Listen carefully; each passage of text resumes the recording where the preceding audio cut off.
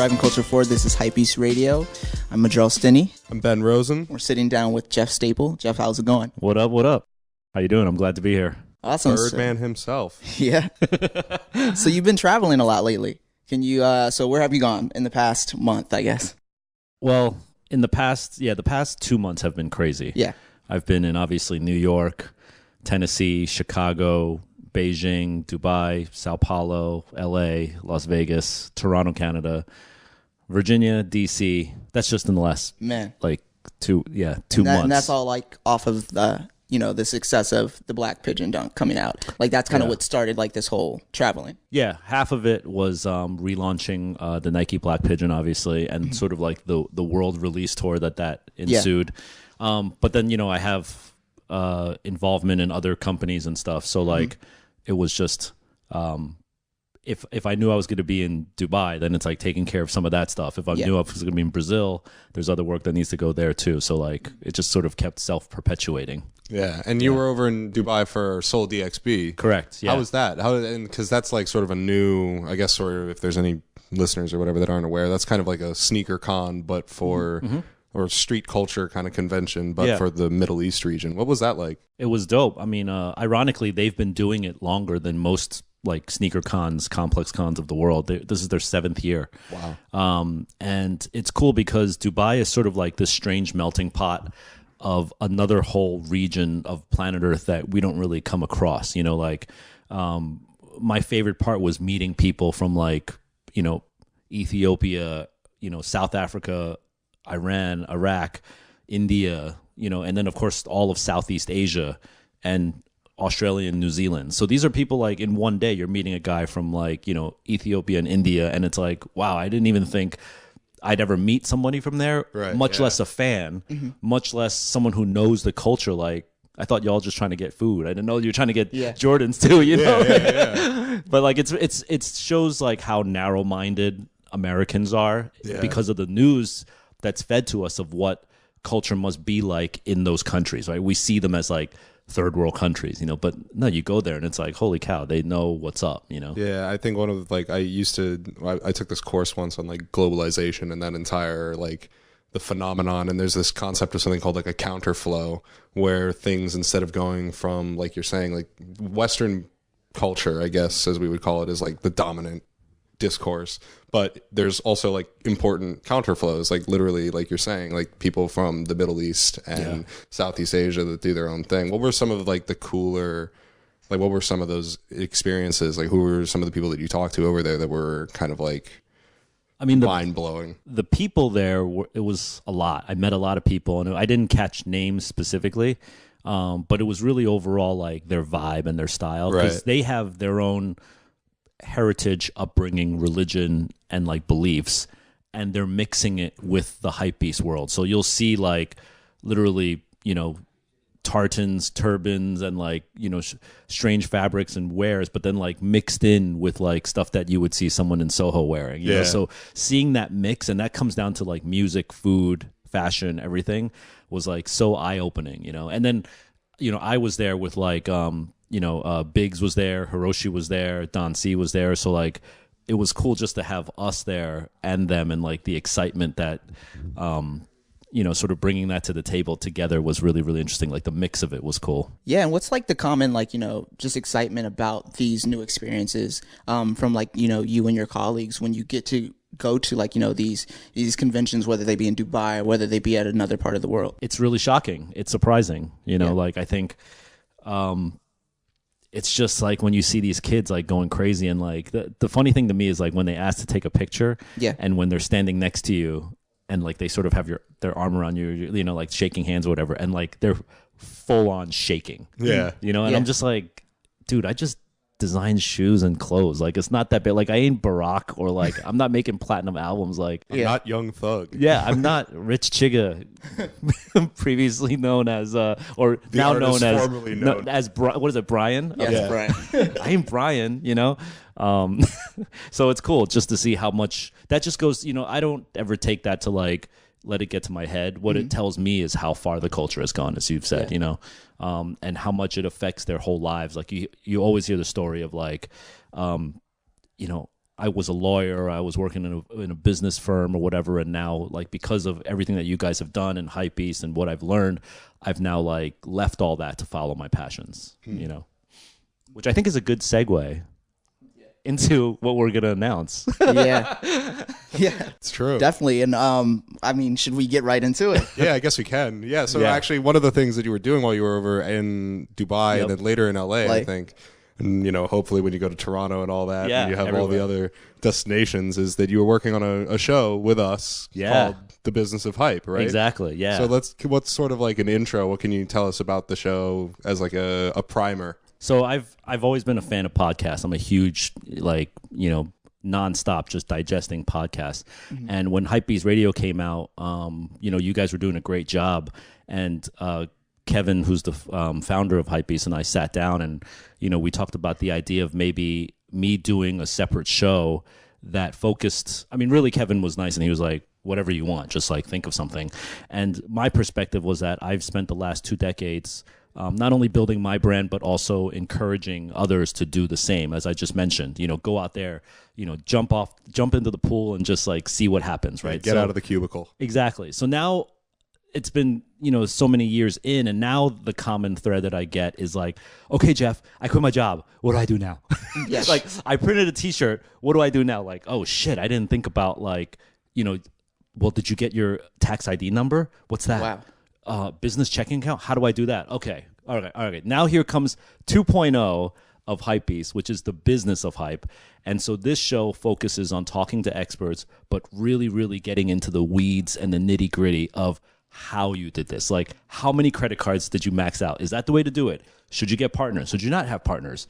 Should you take out a loan? Like all of these really base questions about sales and like hardship that in like normal interviews you don't want to talk about because you want to big yourself up. Right. But on this show, it really talks about the realities of running a business.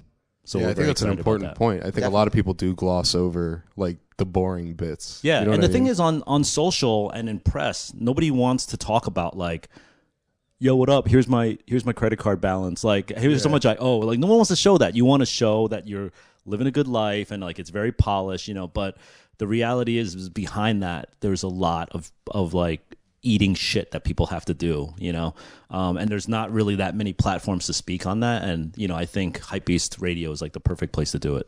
Yeah, and I mean, you brought up a good point. I think, like, one of the good things that are going to come out of this podcast is that you've been around in the game for so long and been able to see, like, brands come and go, and you've been, like, able just to be here. Yeah. So, I think, like, like a lot of, like, new people that are starting out their own business, they'll be able to see, like, how can you sustain a business, a successful business, or just even be in the game this long. Yeah, exactly. And I also want to eventually investigate into how the business of hype has affected non-quote-unquote hype brands. So, like, how has this culture affected the Samsungs of the world, the Gatorades of the world, the Bose of the world? Like everything is a drop now. everything. Like, you Everything have is, limited edition, like, yogurt, toilet paper, like everything, right? So, like, I want to talk to all of these people and see, like, how this culture has driven their business.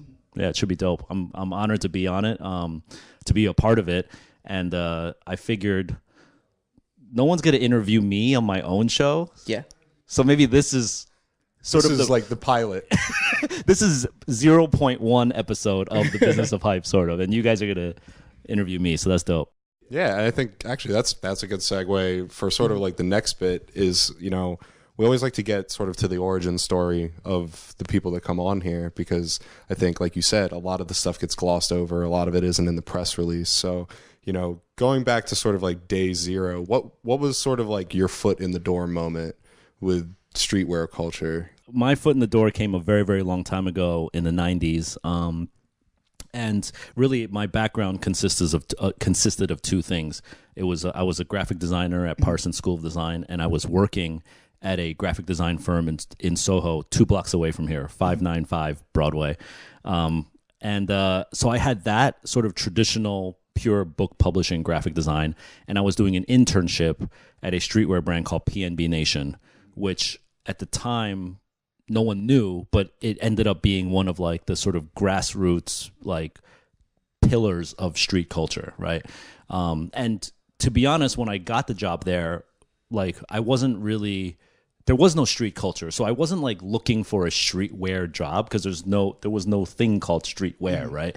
You had the big thing back then was urban wear, so like Fat Farm, Peli Peli, Fubu, Sean John were like big, and that was youth fashion. And then you had people who rebelled against that look, but coming from the same mentality, and that was like 555 Soul, PNB Nation, Eric Hayes, Union, like these sort of like 1.0 grandfathers of, you know, what became known as street culture. Stussy was another one, right? But there wasn't enough of them. There wasn't enough brands, nor were there enough customers to even call this a thing yet. Like literally, when I wore a 555 Soul shirt or a PNB shirt, if I was walking anywhere in the street and I saw another person wearing that shirt, we can stop and have a conversation because we were one of a group of like literally 100 people that shopped at Union and was like, oh, you know Vito, you know, oh yeah, you know, like imagine you did that to every kid you saw wearing Supreme today. You wouldn't get anywhere, No way. right? So like it was really like a tight knit culture, and that was my first exposure to it. And when I worked at PNB, I was like, I love the fact that these guys are using fashion as a medium to express these ideas. You know, that's really cool to me. So it was taking what I learned in print graphic design, but then applying it to fashion. You know, and that's really kind of what streetwear is to me. And you started, you know, Staple Pigeon from screen printing your very first shirt and then having people react to that shirt, correct? Yeah, that was the impetus behind it. I mean, I was going to Parsons at the time. They had a silk screen lab, and I was working at PNB, and I was like, I want to try this. So I made my own shirt and gave it out to people. Yeah. And it was really just an art project, you know. And you know, as the story goes, Parsons stopped me from printing shirts. They didn't want me to print shirts in the silkscreen lab. Really? Yeah. It was only set up for paper. Yeah. So they were like, you can't print shirts. And I'm like, but I'm doing it. Like, It's working. It's working. So why can't I do it? I paid for all of this and your salary and my tuition. Yeah, my tuition covers all of this. So like, why can't I do it? And they're like, you just can't. Yeah. I'm like, I fucking hate when they say you just can't. So how many shirts were you screen printing at the time? 12. 12. Like okay. 12 shirts at a time. So it's not like it was like a crazy number yet. No. You were Yeah. trapping out of the school print lab. I wasn't Neek yet. You know, like, and so me and my friend who was a classmate, we would leave the window unlocked in the silkscreen lab and like open. And then at night we would go in and like break into the silkscreen lab. And when all the teachers and security guards left, we would just be printing shirts all night long. So that's how we started the business. He had his own brand, and nothing happened with it. But it was just the two of us in the lab printing shirts. And I had no intention of making a business. I was just wanting to give them to my friends, you know, and like I thought it's cool that they just wear like a photo tee or whatever that I made. And it was on a fateful day, March 7th, 1997. It was my birthday, and you know, my girlfriend at the time was getting her hair done. So, you know, for my birthday, we're going to go out that night and shit, you know. So I was like, all right, I'm going to walk around Soho and kill time while you get your hair done. I was wearing one of the shirts that I printed, and I walked into the 555 Soul store, which was on Lafayette and Houston. Walked into that store, and the manager of the store, his name is Deflon Shalah. That was his name. He was like, yo, that's a dope shirt. Where'd you get that? And I was like, oh, I made it at school. And he's like, make 12 and we'll sell them in here. And Wow. I was like, all right, cool. That's dope. And so I made 12, you know, and had to break into school, make 12 shirts, you know. That night. Yeah. And business was open from there. And 12 sold out. He ordered another 12, 24. And then Vito, who was the manager of Union over in Soho at the time, saw them and he was like, hey, we want some too. So then I had two accounts while I was breaking into Parsons, hand silk screening these T-shirts and sort of ping-ponging like 12, 24, 36. It sort of got up to like, I could get up to like 50 shirts that I could print out of school, you know? And I was fulfilling these orders, and that's how business began. Now you mentioned like, you know, like these terms that you're learning, of course, over the years and stuff, like, you know, accounts or like, you know, just like the orders and stuff that you're receiving. I'm sure like at the time it was just fun. Like you're like, wow, I get to make money off of selling these shirts. Like looking back, what were some of like the things that you've realized over time? Like, man, I should have did this differently starting out. I should have had somebody else just running all the numbers, really, you know, because I think it's rare when a creative can manage the books properly, like the checkbooks and stuff like that. Here I am, I'm thinking of these t-shirts, conceiving of them, and then printing them, and then making them, and making sure like they're up to the quality that I want at the time. And now I've got them in a store. If the store is late on paying or doesn't pay or a check bounces, I don't care. Like, I'm like, I made this thing and it's in a shop. My job is like mission accomplished, right? Yeah. You really need somebody else to be like, no, Jeff, they have to pay. Yeah. I don't care who they are. They have to pay the bill, right? And I'm like, why? Like, why? But there was no one like that. So when accounts wouldn't pay or like, a check would bounce, to me, it'd be fine because they were like supporting the vision already. But that's not enough to run a business, to just support the vision. You got to like fuel the engine. You know what I mean? Yeah, it's like you need a left brain guy and a right brain guy. So I wished that like I had that foil to me that could like manage all of these things, and I didn't for like 15 years. Wow. Which meant I had to learn it eventually. I learned about making payments, bouncing checks and stuff like that, and collecting. And it's not fun because how do you think about it? Like if you created this thing and you go to your store and you're like, hey, buy this thing. Oh, by the way, you didn't pay the bill last time. It's awkward, right? It's here, buy this, but fucking pay your bills. Oh, but support this new thing. You need that good cop, bad cop. Sure. You need that. And I didn't have that. So like that was a learning that I wish, I hear a lot of young people starting brands now. They have like a partner that like is the business finance guy versus the creative guy. And I like seeing that, because I think it's too difficult for everyone to wear all those hats. Yeah. I mean, like, and this is great, like, information for a lot of people that are starting brands like on Instagram, just because it's so easy to build a page out and then like, produce some t-shirts and stuff. Or Shopify. Like, I mean, like, what are your thoughts on that? Yeah. I mean, the sort of infamous story that people keep talking about recently is like Neek and Antisocial, right? So he's, in essence, he's a victim of his own success, right? Like, what did he do wrong? He can't fulfill shirts fast enough, but that's because the demand is so high, which probably meant that, like, and I haven't obviously talked to him about this, but like, which probably meant that when he was just creating, he didn't think about warehousing, logistics, shipping, UPS, and like customer service, like, he's thinking of getting the shirts out there, not thinking that like someone might call and be like, hey, can I exchange this for a large? Like, which is a normal business thing that you would do, but you're not thinking about that when you're making a brand. Yeah. So it's like he only had the ideas guy and he didn't have the logistics guy. No one ever said like, hey, Neek, what if his PayPal account bounces or like doesn't link up, or like, what if he wants to return it? Like, wow, oh yeah, that's right. Well, maybe one person will do that. No, let's say like 10,000 people do that. Yeah, then you have a problem. Happen. Yeah, it's like, oh shit, I didn't even think about that. So it's like having that foresight and vision. I think it's key. But on the other hand, I gotta say, as a devil's advocate, this is streetwear, so there is something to be said about like how fucked up the whole process is that makes his brand in particular look like even more authentic. That it's fucked up. Like if it was almost too slick.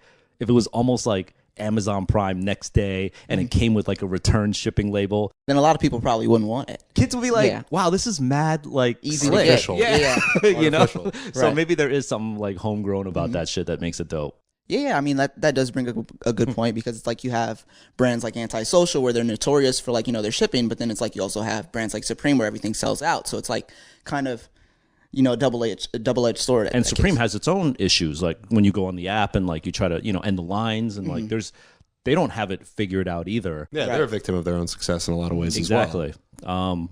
But sometimes I gotta say, like, like with, Adidas Confirmed or like Nike sneakers app, and how when they drop something, it's like a shit show also. Yeah. Like a part of me thinks like how is Nike and the like not figuring this out? Like, how do they not have a solution when like Kim Kardashian can move like 1 million lipsticks in like a second, like with no hitch at all?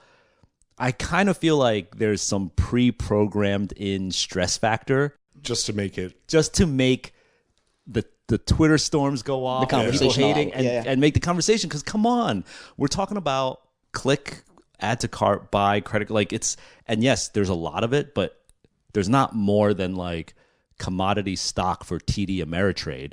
True. Right? And like you never hear some stockbroker be like, I couldn't buy that stock, man. Like, no, transactions always go through Bloomberg. They all figured it out. You're telling me So we can't do it for like cause Jordans, but like Tesla can do it for stocks. Like, That's true. Doesn't make sense to me. Yeah, I do think that it is an issue of scale more than anything, because I think that, and I think that when you're talking about like starting a homegrown company in your school's print lab, it's like if someone all of a sudden was like, "Hey, can we have 750 of those?" You'd be like, while you're at Parsons, you would be like, "I have no clue how I would do that." Well, But I'm sure you would probably try it though. That's exactly what did happen. Okay. So the next phase was like I was selling to those two shops, and I think Babito had a store too on 9th Street, and I sold to his shop. So I had like 3 stores in the city. And then one night, a Japanese guy calls me at home. He gets my home. This is so far back, dude, that the hang tag on my T-shirts had my home landline phone number on it. Oh, wow. No website. Yeah. No email. That's just, bold. Just a no. There was no other way. Right. This is 96, 97. Yeah. You didn't put an email address on there, you know? True. So, like, I had my home phone number on these hang tags, and a Japanese guy calls me at home late night, and I'm like, hello. And he's like, oh, hi, I'm from Tokyo. I want to order your shirt. I was like, whoa, that's awesome. This dude wants to order one of my shirts from Tokyo. Like, all right, cool, bet. How many do you need? Yeah, I was like, how many you want? He's like, 1,000. Whoa. So it went from like 36 to 1,000. Jesus. Yeah, and that's Tall where ask. and I couldn't. I actually pictured myself breaking into school and like with like 1,000 shirts. Yeah. Like, you know, I was like, okay, this is where I had to make the tough decision of like, I could either turn down the order, fold up, and just sort of accept that this is just going to be a hobby business, Right. or go for it and be like, all right, what do I have to do? Right. So this meant quitting school, which I did. This meant moving my production to a silk screener, finding an actual factory, you know, getting like professional labels made, like opening up a UPS account. There's a lot of things that go, you don't just take 1,000 shirts to the post office, right? Like you got to do things right now. Yeah. So that was a sort of monumental shift in my thinking where I was like, I got a business. This is a business. I'm going to treat it like one. Parsons will always be here. School will always be here to accept my tuition money. I'm going to take this window of opportunity while I got it now. Yeah. I mean, it basically sounds like when startups move out of the garage, you know what I mean? Like we have to take this seriously now. So what was like, when you started taking it seriously, what was the first big obstacle or like lesson that you learned from the fashion industry once you were in it? The first big learning came from that 1,000 shirt order. So I'm going to date myself again. The way we found silk screeners back in that day was the yellow pages. The big ass yellow book. You flip to S and silk screeners and you just look through all these silk screeners and it's like playing Russian roulette. Like there's nothing to determine what makes one silk screener better than the other when you're just looking at a listing. Yeah. Right? So I just started calling them and comparing prices. And I remember I found a guy in New York who was decent. And then I found another guy in Miami who was way cheaper. Right. And I'm like, all right, New York guy could go there, true, but it's more expensive. So I'm going to go with this Miami guy who's way cheaper. So I went with the Miami guy, ran the whole 1,000 shirt order with him. And as it happens, the 1,000 shirt order was arriving at my studio apartment in Chinatown, 2 blocks away from here, Broadway and White Street. The shirts were arriving the same day the Japanese guy was flying from Tokyo to New York to accept the order. Jesus. So I had like basically an hour window when I get the shirts and then I just move them back out to the guy, right? So the shirts come in, I open up the boxes, and the front print of the shirt, which was supposed to be a center front design, is like in the armpit. Oh, shit. And the sleeve hit is like on the nipple. Oh, Jesus. All 1,000 are fucked up. And Japanese dude is on his way over. And I'm shitting my pants. Because, by the way, back up a little bit. The only way I was able to pay for this order was to convince the Japanese guy to give me half of the money up front. Of course, yeah. So I've literally used his money to fuck up a whole order. I felt like such an asshole. Jesus Christ. Yeah, so, and I'm a pretty good con man. Like, I can kind of wiggle my way out of anything. But the fact that he's downstairs, like ringing my bell, and I'm looking at 1,000 messed up shirts, like I just have to fess up. Like there's no way I can hustle and sweet talk my way out of this shit. So I go downstairs and I remember his name is Gory. I was like, Gory, man, I fucked up. Like, look at these shirts. And he was like, holy shit, you know? And thankfully he was a nice guy and he was like, okay, I go back to Tokyo and fix the shirts, and then, I'll come back. Wow. Yeah. But that meant whatever profit I would have made went into like the fixing reorder. it, yeah. So fuck the guy in Miami. Should have went with the guy in New York in the first place so that I can quality control it and pay more. The lesson I learned there, you get what you pay for, which is like a sort of golden rule of like business. But it was a harsh lesson on order number one that like I might have saved 30 cents a shirt, but the heartache that I went through and the headache that I went through was so not worth it. Like just pay to get it done right. And I remember James from Supreme, who at the time was at Stussy, he taught me a little bit later. He gave me those wise words. Exactly. He's like, I will pay to get it done right. Like I will pay double or triple to make sure that it is done perfectly right. Mm-hmm. And so that's how I learned that lesson. And speaking of silk screen shirts, actually, one of the cooler, like I'm big into like the bootleg, whatever kind of like bootleg shirts and stuff. And there was a really cool one that came out recently that just said Jeff Staple introduced Angelo to James, basically. Yeah. And we had a bit of a conversation with Angelo about that when he was on this show. Yeah. But we kind of wanted to hear your side of that story because, like you're saying, like you kind of played the role of a connector with a lot of the streetwear guys from early on up until now. Yeah. What was that like? I don't know what it was like. I think people make a bigger deal out of it than it is, like it's probably just socializing for you at that point. I don't know if it's socializing. I mean, if I had to really break it down, like I guess James has seen me around long enough to know that like you don't last in this industry by being an idiot and surrounding yourselves with idiots, right? So if I'm saying I vouch for this person, Angelo, he's probably not an idiot too, right? So I think James just sort of adds that up really quick in his head that like, he's not an idiot. He's probably not hiring idiots. And Angelo and I were working together at the Fader, and he was helping out at Sportswear International, as Angelo said. So I did introduce them, but I think the T-shirt that came out is like weird, like to be honest. And of course, I knew that when I saw that shirt, I knew that people were going to think questions. People were going to think that I made the shirt, which I saw that like comment like, oh, just like making this shirt now. Like, of course not. But I just think it's like because of the reputation of Supreme and the reputation that Angelo has now and how sort of on fire he is. Yeah. It's sort of like this big thing that like, how do you even introduce someone to Supreme? You know what I mean? But really it's just like, oh, James, you should hire this person, It's a letter of recommendation. Yeah. Like another little known fact is that I introduced Timberland to Supreme. Really? So like every Timberland collab that's come out is because of an introduction that I made from James to the Timberland Corporation and Andy Friedman, and they just had Timberland back then. You got to remember as like a sort of granola mountain brand, had no authorization to be able to walk in and like try to figure out how to make this intro. So it was just sort of like a very simple vouch on my part that like, hey, Timberland wants to do cool things and great things, and James, I know you're very selective, but I figure this might be one that you might be interested in. Yeah. And it happened, and that's it. Simple. And it was the first one that had the leopard sort of like mohair on the back. Wow, yeah. Those first three were because of that introduction. Wow. Yeah. And it's fine. I don't ask for a check or ask for notoriety or ask for a T-shirt to proclaim it. It just is goodwill that I think like I'm all about putting good shit out in the universe, and one day it'll come back. Yeah. Yeah. Wow. Yeah, and being like, this connector and having these ideas and, just being able to churn out like great content from it.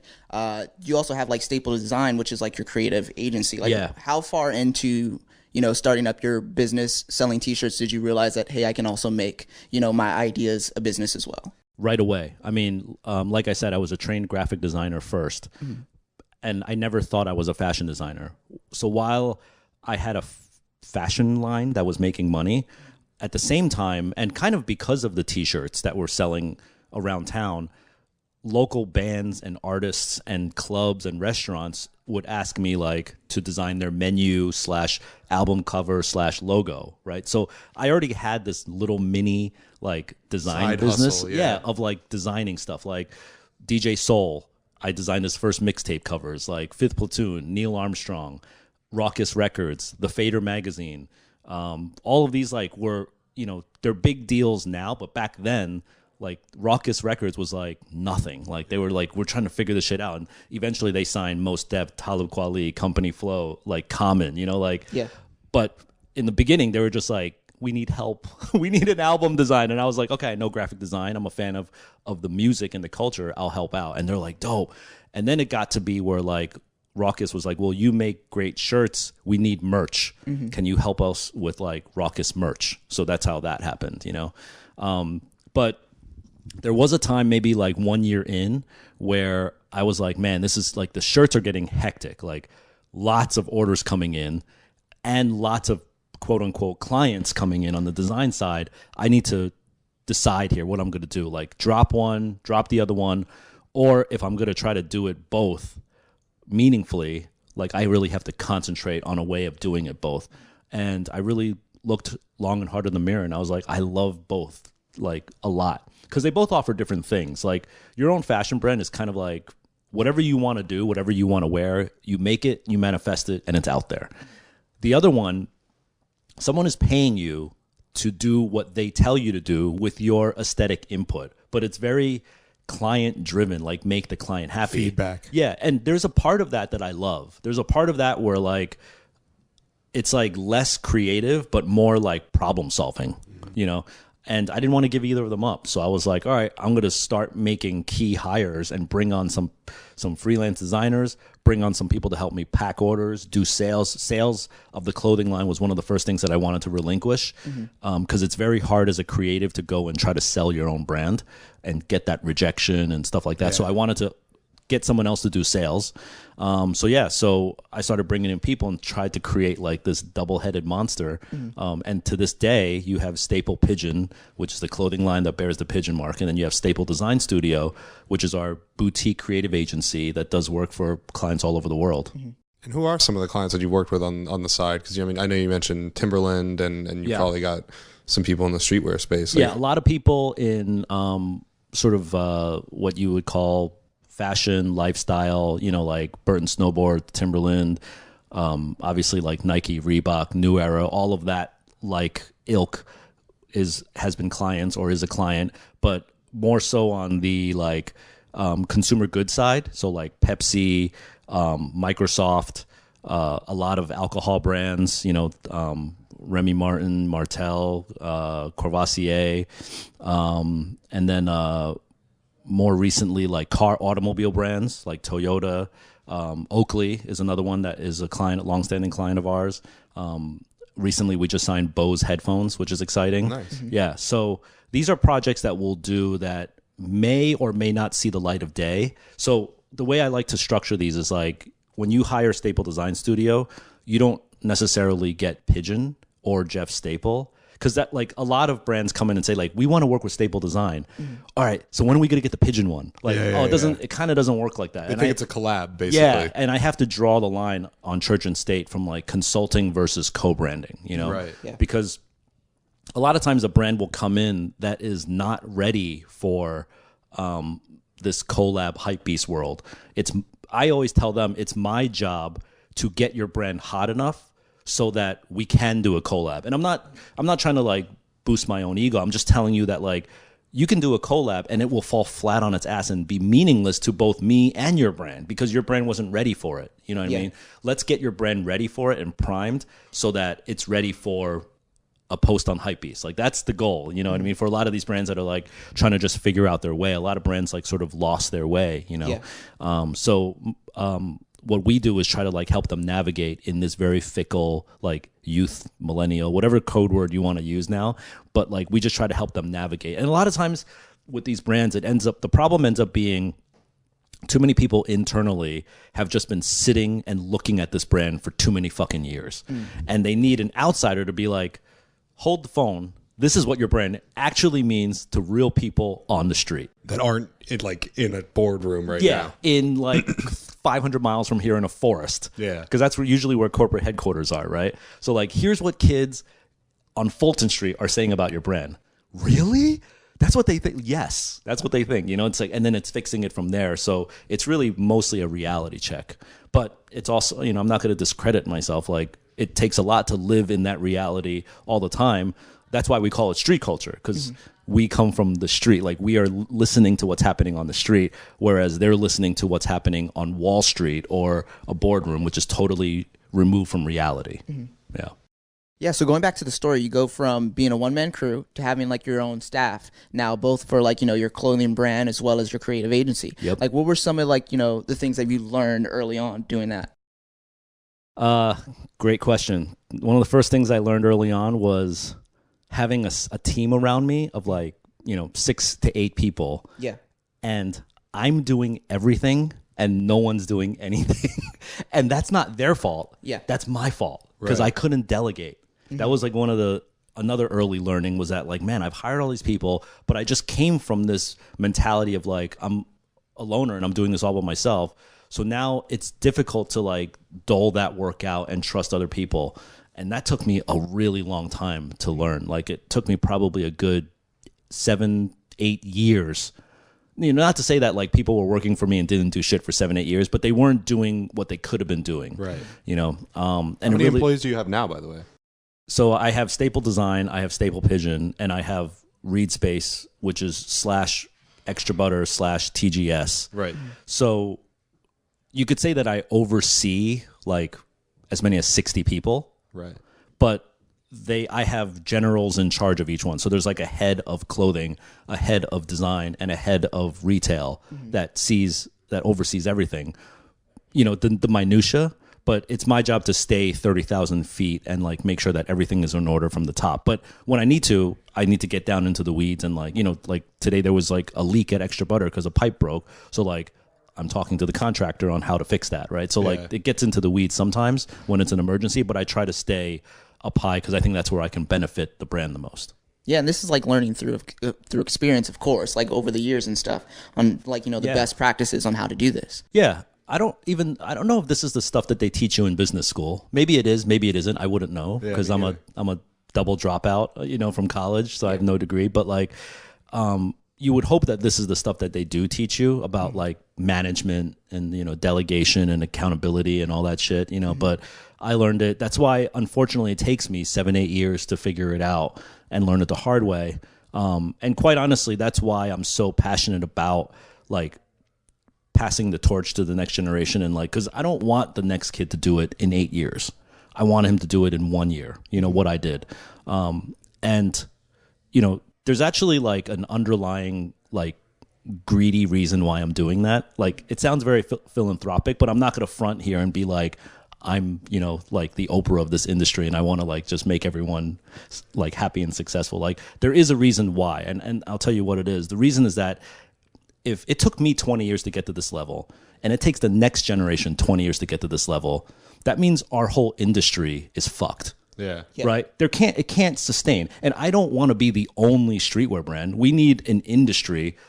We need streetwear stores and streetwear fans and streetwear customers so that I'm one of the brands, right? Yeah, like an ecosystem. Exactly. Like Uber only exists because there's a taxi and limousine service and there's a Lyft and there's a, like it's competition. I don't want to be the only guy on the block, right?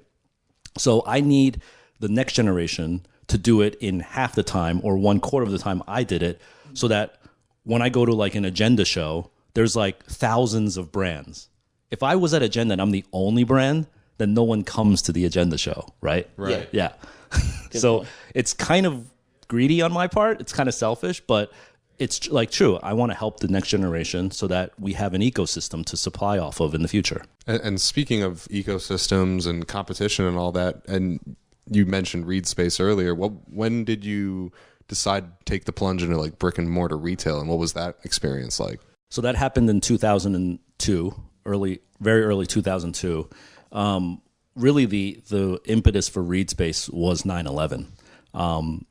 9/11 happened and our office at the time was on Division and Canal, which is like really far downtown, right in the shadow of the World Trade Center. Mm-hmm. And that's where our offices were. When towers fell, that whole neighborhood became a shit show. Like you couldn't even go there all the time. Like the cops kept shutting it down. When you were there, the power kept going out. Like there was this weird dust like all the time, So I knew I had to move. And at the time, I'm DJing at this place called Swim. And this is important to know that this is pre-Uber and pre-Serato. Okay. So pre-Serato, meaning I have to carry like 8 crates of records with me everywhere I go.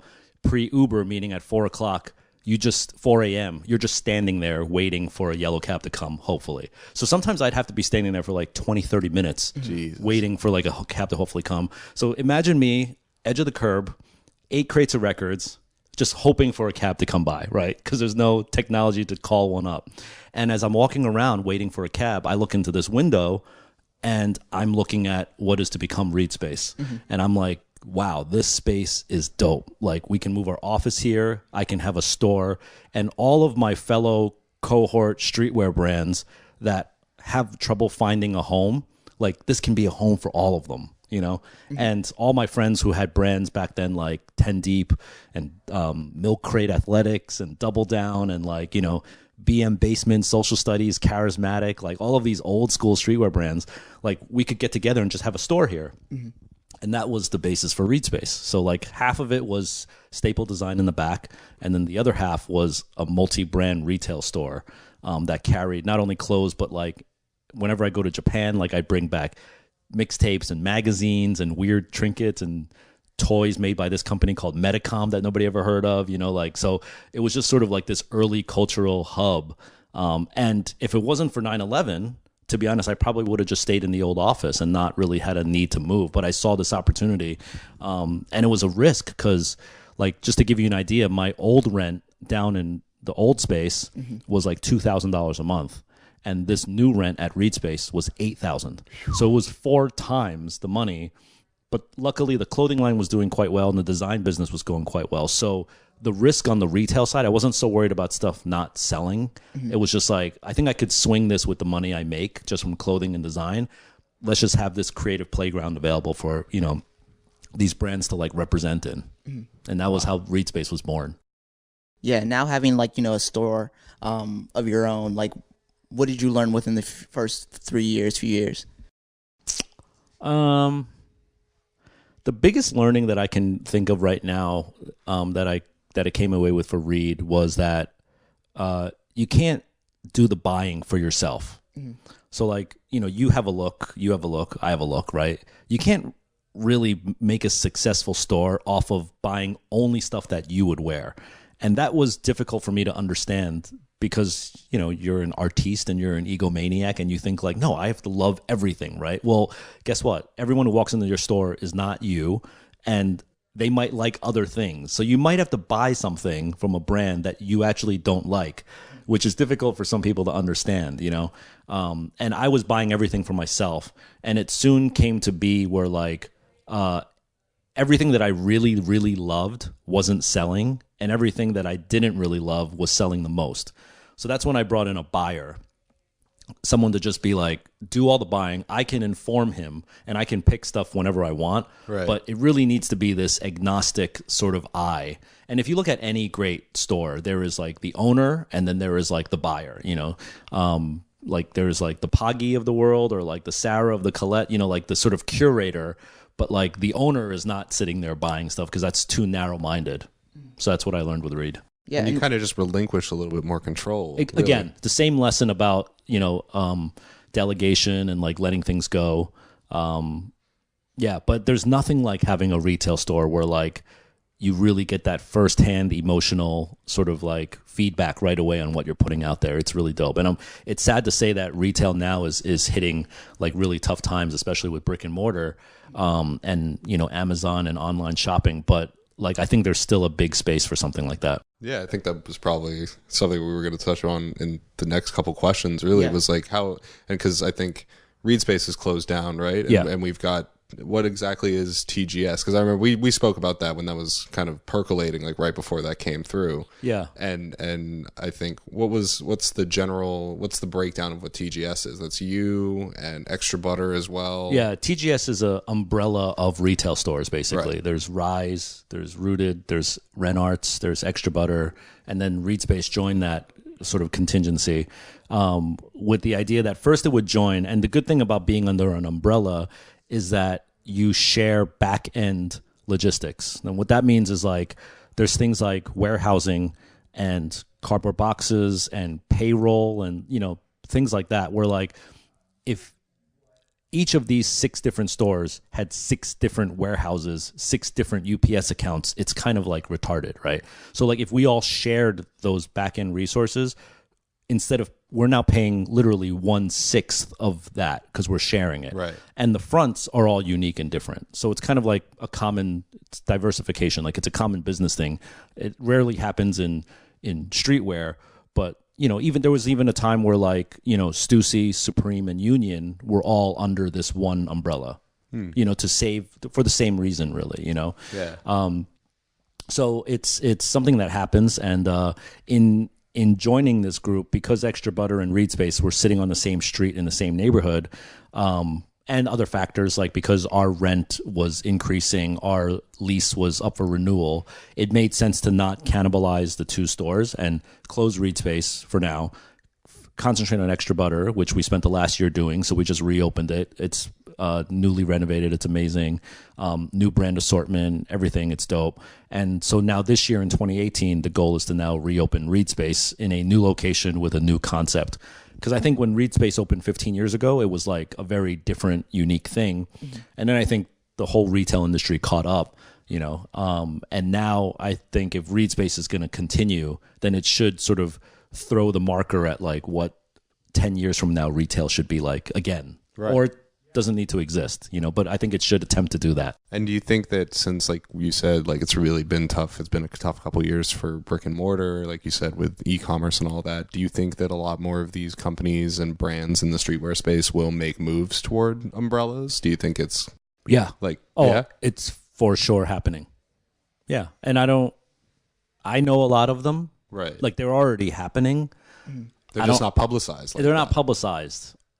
And I don't want to be the one to publicize them, but there's lots of umbrellas already existing that might be unbeknownst to the listeners. But there's nothing wrong with it. I mean, it's just... Because I think like the New Leader group is probably, I think, one of the few that... Which one's that? What I think that if it's not New Leader, it's New Guard or something. That's Marcelo Berlon and Heron and Off-White. Right. Yeah. Where And they they're all produce out in of like Milan. the same... Camp. Yeah. Same building in Milan, basically. Exactly. Yeah, there you go. I think that's probably one of the few that isn't necessarily well known, but it's like one of those... But you just blew it up. Oops. I mean, people. Oh no, yeah, they have a publicize. website. It's not like they're the Illuminati. I think like whenever you watch somebody's Instagram story while they're there, it's like the elevator has 3 buttons. And I'll give you another one. Like then this one's quite known, but like Neighborhood, Double Taps, FPAR, Lucre, right? SVG are all under the same umbrella. And that makes sense. Yeah. Yeah. And I think that's not like when you walk into the neighborhood showroom, like you see all the brands, Right. So it happens, and I'd like to see more of that happening. Actually, in fact, this is like kind of a future vision I have for Staple. Like the brand is like to take what I've learned and instead of just like sort of giving out the advice, which I'm happy to keep doing, but like I think bringing people under an umbrella and sort of cultivating the new is kind of an interesting business model. Because in this business of hype, I feel like brands can maybe only go up to a certain point in terms of revenue and sales before they start to not be cool. It's just law of supply and demand, right? So if you have a brand that you're building and it gets up to a certain point and it's like, okay, if it goes any higher, you're going to start losing your core audience. Therefore, you can't make more money on this brand. The bubble will burst. Yeah. So how do you make more money? Start another brand or bring in another brand and bring that up. So now you've got 5 brands all doing a relatively small amount, but good energy, good hype, good brand equity. But you've got this diversified portfolio versus one like monolith Ed Hardy Von Dutch brand. You know what I mean? Yeah. So we're discussing like, the potential opening of like Reed Space 2.0. It's like, now you're being placed in this whole modern day age of streetwear and stuff. Like, what are you excited about, opening up Reed Space again in the future? I'm excited about making a physical space where a lot of the stuff that I do in talks and on podcasts and on Skillshare and stuff like that, like there's a physical house for this activity to happen, and not only me preaching to you guys, but also a place where like other people can do the same. And I don't want to give away too much, but the idea is after you gain the knowledge and learn it, now how do you get your hands dirty and actually apply it in a physical space. I think that's like the future of quote unquote retail. It's not money being made from like buying item at the cashier, but it's like making money off of like the experiences in a transaction. That's the transaction, is the experience, not a commodity being passed and forth, back and forth. I think it's similar to like a museum model, right? So you go to a museum, you gain an experience, and the museum makes a little bit of extra money when you buy the T-shirt at the end. Right, exit through the gift shop. Exactly. That's your merch. That's your memento that you experience this thing. But without the whole museum experience, why would anyone buy the museum T-shirt? Right. So imagine ReadSpace being this activity experience center. And hey, if you want to buy a memento when you leave, please do so. But really, it's all about the experience. Yeah, I think a really good example of that might be like when Balenciaga had that whole setup at Colette last year, where they had the, do make your own graphic T-shirt, and they kind of like literally give you the software to make your own basic blank, and then they printed it in front of you. And I didn't know that. That's awesome. Yeah, I mean, it was like, we saw videos and stuff of it, and it was really sort of like you go in for the experience of being like, I could probably make a T-shirt like that and charge X $100 for it. And then they let you do that. They put the tools right there, and they're like, hey, like here's 27 preloaded graphics. Here's all the Balenciaga logos you want. Throw it all or as much or as little onto a T-shirt as you want, and you can buy it at the end. Yeah. It's also, similar to what Nike did with the Air Force One, and how you could just do whatever you want with the Air Force One. Yeah, it's customization. This ReadSpace 2.0 will be a little bit different. It's not so much about customization. It's more about like raw learning than like take our logos and product and do something with it, Yeah. Yeah, like creating an actual experience. Yeah. Something that's interactive. And maybe a little bit more academic, I would say. Yeah. I mean, like, and speaking of this, what comes to mind is like, Angelo and social studies and pop-ups, and just like how they kind of like added like a new tier to what a pop-up experience could be like. Do you see like, retail stores like learning a lot from pop-up experiences, like on how to like create demand, like, Yeah. I think I'm not a huge fan of pop-up culture. I feel like pop-ups are a current Band-Aid fix to the brick and mortar problem. Yeah, exactly. Like there's a problem, and I think pop-ups are like the temporary fix. But I don't, and I could just be old, but like I still like the idea that like, like I remember Papito's Footwork was 323 East 9th Street. Like I always wanted to be there, and I like the idea that there's these like permanent capitals that like you can always just rely on. Like a headquarters. Yeah, like I love flagships still, and I get like the coolness of like it's here today, gone tomorrow. It's almost like food truck culture where like you got to chase them on Twitter and find out where they are. Like I get there's a need for that always, but I also like the idea that there's like mainstay pillars too. I'm a fan of that. Yeah. So when like you know why? I'm going to say why. It just came to me. The reason why is because when you have a pop-up or a temporary thing, nothing matters, like because it's going to go away. So every decision you make, from the logo to the storefront to the shopping bag to the hanger to the rack, everything is temporary and it's not considered because it's going to go away. Once you sign a lease and a contract and that's your home, everything becomes highly considered. And permanence. Yeah, like you got to think about it. Like you got to think Ralph level now, right? Like shit. Like this is going to be passed down to my grandchildren potentially, and maybe it won't be, but you have to think that way. And I like when products are considered to that level versus like we heat till Sunday. I don't care. Like I don't care if this shit breaks. You know what I mean? Like that just permeates throughout. I think it's more like, to go off of that. It's like I think that when people have like a permanent thing, and like you said, like the Ralph Lauren example is really good because I think people start to think in terms of like, what should this store smell like? Exactly. Like you're thinking in a different dimension. Like even mall brands did that, right? Where like we all know what an Abercrombie store smells like. You know what I mean? Yep. And that's branding. I mean, whether you love it or hate it, that's good branding. And you remember it. Yeah. And it sticks with you. Whereas like with a pop-up, it's like, yeah, no shit, they're hanging it from the same piping as, every other pop-up. Yeah. Because it has to be disassembled like that. Yeah. Can you imagine like Visvim's store like being a pop-up? There'd be like Hiroki would kill himself. You know what I mean? Like his store is so curated to the next level. I remember one time, I don't know if you've ever been in a Visvim store, but like there's no music. Yeah. Right? There's no sound whatsoever. And I was talking to Hiroki and I was like, hey, like why don't you turn up the volume or like plug in an iPad and like play some music. And he's like, oh, we had long meeting. We decided no music. And I was like, okay, but why? And he's like, because we wanted to be about the product, not like you having a good time. Yeah, like, and I was like, wow, they probably had like a 5-hour meeting to determine what we're gonna play, and we're not gonna play anything, and here's the reasons why. Like, that's dope. You know, that like it's a yes or no question, and they had a 5-hour meeting about it. Yeah, but that level of otaku-ness is awesome. You know. Yeah, that's a pretty good. Yeah, I don't know. I always kind of like think back on like the example of Abercrombie is really kind of sticks out because like love it or hate it, there is a brand experience there. And what are sort of like the next level? Like you mentioned the academic stuff. What are some of the experiential things that you think might be able to keep brick and mortar afloat going forward? I think it's just things that you still can't experience via digital, you know, right. and like the reason why food culture is so big right now, like why everyone's a foodie and why chefs are like rock stars now is because you can't get that through Instagram yet. Like you can see it, but if you want to try that restaurant in Scandinavia, you got to go on a plane and go there and eat it. You got to go to Noma, man. You got to go to Noma. You know what I mean? So like there's still no workaround there. And I think as long as like designers can offer up that same sort of feeling of like you got to be here to experience it, then we're always going to have an edge over Amazon.